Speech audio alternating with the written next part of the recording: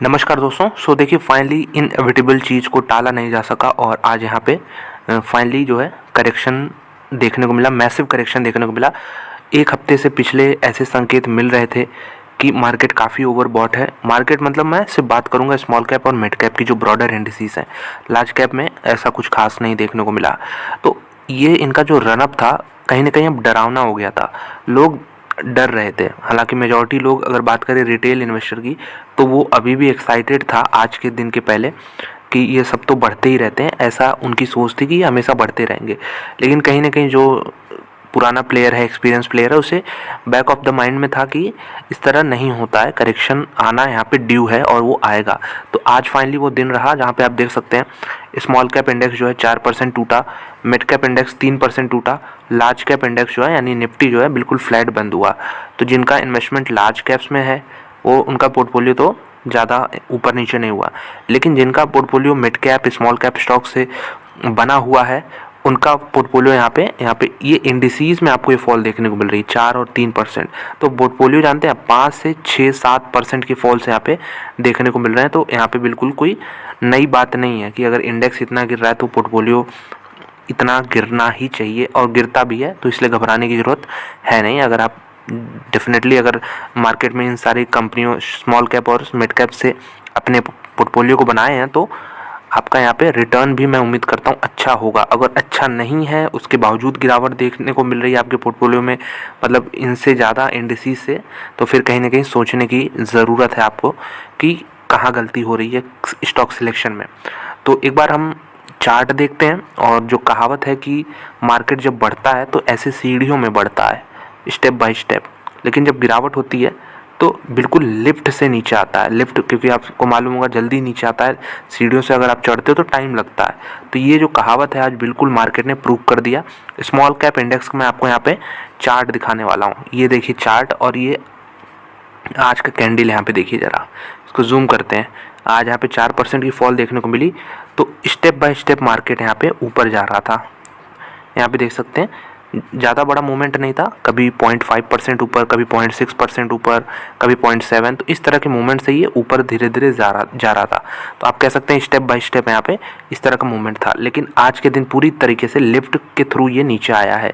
कितने कैंडल को इसने इनकल्फ किया है अगर हम देखें तो पहला ये हो गया, दूसरा, तीसरा, चौथा, पाँचवा और ये छठा, यहाँ पे सातवां भी ले सकते हैं आप। तो 7 कैंडल, पिछले ये 7 कैंडल जो थे दोस्तों, इनका जो मोमेंट था ये एक ही दिन में इसने ख़त्म कर दिया। इस तरह का होता है मार्केट में रिएक्शन। और ये बनता भी था, मैंने शुरुआत इस चीज़ से की थी कि क्यों बनता है ये। अगर आप मोमेंट देखें ये क्या चीज़ है, ये ऐसे नहीं होता है यहाँ पे। इसके पहले अगर इस तरह की अगर आप देखेंगे कहीं पे जो इस तरह के मूवमेंट देखने को मिले, तो ये देखिए यहाँ पे भी देखने को मिला, तो बीच में यहाँ भी फॉल देखने को मिला। पूरी हिस्ट्री है दोस्तों यहाँ पे, ये देख सकते हैं। अगर स्ट्रेट लाइन में एक होता है तो यहाँ पे इस तरह के फॉल्स तो देखने को मिलते हैं। अब डिपेंड करता है मार्केट के मूड पे कि ये क्या फॉल टॉप बना देगा। यहाँ पे अगर देखें तो ये जो फॉल हुआ था यहाँ पे लगातार तेज़ी के बाद, लगभग ये 5% का था, मतलब आज से भी ज़्यादा था। ये देखिए स्ट्रेट मूव, उसके बाद 5% की फॉल। तो जो लोग सोचे होंगे कि ख़त्म हो गया, ये टॉप बन गया, तो उनको मार्केट ने फिर सरप्राइज़ किया। यहाँ पे फिर से देख सकते हैं नया मूवमेंट चालू हो गया, ये देख सकते हैं। तो फिर से यहाँ पे बीच में देख सकते हैं लगातार 2 दिन गिरावट हुई, एक दिन 2.5% की, अगले दिन यहाँ पे 1.5% की। तो यहाँ पे लोग सोचेंगे ये टॉप बन गया। तो ऐसा होता नहीं है मार्केट में। और अगर मोमेंटम स्ट्रांग है तो यहाँ पे देख सकते हैं फिर से टाइम स्पेंड किया, जरूर हमेशा बढ़ता नहीं रह सकता।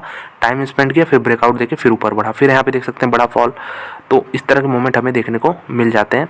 और बीच में इसने काफ़ी टाइम स्पेंड किया, फिर गिरावटें भी हुई, राउंडिंग, ये देख सकते हैं पैटर्न, ये वाला राउंडिंग टॉप पैटर्न बना। हालांकि बहुत गिरावट हुई नहीं इसमें। उसके बाद फिर से यहाँ पे ये देख सकते हैं। तो इस तरह के पैटर्न्स बना बना के मार्केट ऊपर जा रहा है। तो थोड़ा सा अगर टाइम स्पेंड करे या फिर राउंडिंग टॉप जैसा कुछ बने तो फिर घबराने की ज़रूरत नहीं है, ये नॉर्मल है, नॉर्मल है। और बस ये ध्यान रखिए आप अपने पोर्टफोलियो में अगर small cap mid cap shares रखते हैं आप, तो ये ध्यान रखिए कि अगर मार्केट 1% बढ़ रहा है तो आपका पोर्टफोलियो जो है 1% से ज़्यादा बढ़ना चाहिए। ये ऐसा नहीं कह रहा हूँ हर दिन होगा, लेकिन मार्केट अगर 0.2% बढ़ रहा है तो आपका पोर्टफोलियो जो है इससे ज़्यादा बढ़ना चाहिए। मेजॉरिटी ऑफ यहाँ पे डेज़ में ये होना चाहिए। अगर मार्केट 1% गिर रहा है तो आपका पोर्टफोलियो जो है इन लाइन हो या फिर हल्का से इससे ज़्यादा हो। तो मतलब समझ रहे हैं मैं किसकी बात कर रहा हूँ, बीटा की। अगर आपके, क्योंकि आप स्मॉल कैप मिड कैप में इन्वेस्ट कर रहे हो, तो मैं एज्यूम कर रहा हूँ कि आप बीटा लेना चाहते हो। बीटा मतलब जो होता है इंडेक्स से कितना एक्स्ट्रा आपका मूवमेंट देखने को मिल रहा है। तो अगर आप इस तरह के स्टॉक में इन्वेस्ट कर रहे हो तो मैं डेफिनेटली मानता हूँ कि आपको बीटा चाहिए। बीटा मतलब जितना इंडेक्स गिर रहा है उससे ज़्यादा आपका स्टॉक गिरेगा, जितना इंडेक्स बढ़ रहा है उससे ज़्यादा आपका स्टॉक बढ़ेगा। इसी के लिए आप यहाँ पे इन कंपनियों में एंट्री लियो। नहीं तो फिर लार्ज कैप में क्या दिक्कत थी, कंपनियाँ तो बहुत स्टेबल है, बहुत बड़ी कंपनी है। तो जिनको बीटा चाहिए होता है वो इस ग्रुप में आते हैं। तो आप ये ध्यान रखिएगा कि अगर मार्केट जिस दिन बढ़ता है, एक दिन की बात नहीं कर रहा हूँ, पूरा ऑब्जर्व करिएगा, एक महीने का डेटा ले लीजिएगा, 30 दिन का देखिएगा, मार्केट जितना भी यहाँ पे बढ़ा है तो आपका पोर्टफोलियो 30 कैंडल लीजिएगा बढ़ते हुए मार्केट का, और देखिएगा पोर्टफोलियो कितना आपका उससे ज़्यादा बढ़ रहा है कि नहीं बढ़ रहा है। अगर बढ़ रहा है तो फिर आप सही डायरेक्शन में हो। और यहाँ पे डेफिनेटली इसका अपोजिट भी ट्रू है, अगर मार्केट गिरता है तो आपका पोर्टफोलियो भी ज़्यादा गिरेगा।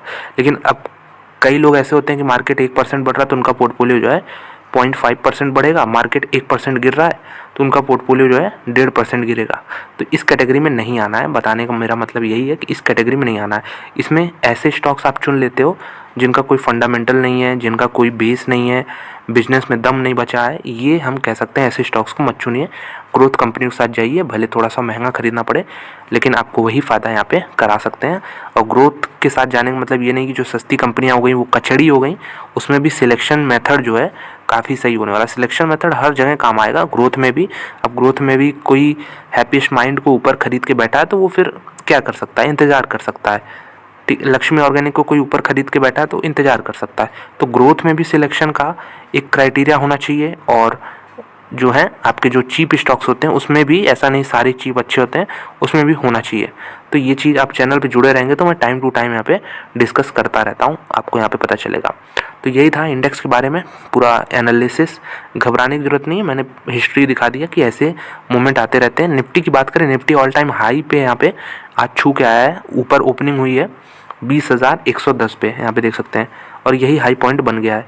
तो मुझे नहीं लगता ये टॉप है निफ्टी का। निफ्टी ने यहाँ पे रैली चालू की है, एक कंसोलिडेशन डाउनवर्ड चैनल में यहाँ पे कंसोलिडेशन देने के बाद फिर से तेज़ी चालू की है। तो मेरे ख्याल से इसमें अभी है लेग है यहाँ पे और आगे जाने के लिए। और यहाँ पे जो 20,000 का पहले तो साइकोलॉजिकल लेवल था, काफ़ी यहाँ पे खुशी हुई कल के दिन कि 20,000 का यहाँ पे लेवल छुआ गया। लेकिन अभी जर्नी बहुत बड़ी है और मैं 1-2 दिन, 1 महीने, 1 साल की बात नहीं कर रहा हूँ। अगर आप 10 साल से ज़्यादा का नज़रिया रखते हैं तो ये फिर कुछ नहीं है। 20,000 निफ्टी कुछ नहीं है, आपको यहाँ पे फिर बने रहना है, कुछ करना नहीं है क्वालिटी स्टॉक्स में। अगर आप चाहें तो इंडेक्स फंड भी ले सकते हो, निफ्टी 20 करके एक फ़ंड है और उससे भी आप खरीद सकते हो, कोई झंझट नहीं, कोई कुछ नहीं। और गारंटी मैं दे रहा हूँ यहाँ पे कि आप 80% इन्वेस्टर्स को बीट करोगे। 80% आपके जो साथी संगी हैं रिटेल इन्वेस्टर, उनको बीट करोगे अगर आप सिर्फ निफ्टी 20 खरीदते चलोगे SIP मोड में। तो ये भी तरीका सही है इंडेक्स फंड में इन्वेस्ट करने का, क्योंकि बहुत लोग सोचते हैं कि ऐसा होता नहीं है, लेकिन होता है, डेफिनेटली होता है। आप इंडेक्स को भी 80% लोग नहीं बीट कर पाते हैं, और जो 20% बीट करते हैं उनको थोड़ा सा यहाँ पे उनको मालूम है कि कहाँ पे सिलेक्शन मेथड कौन सा चुनना है, क्या स्टॉक लेना है, और एज कहाँ पे मिलने वाले हैं उनको इंडेक्स के मुकाबले। तो ये चीज़ें हैं इंडेक्स में, क्योंकि कुछ ऐसी कंपनियां भी हैं जो आप नहीं ओन करना चाहते।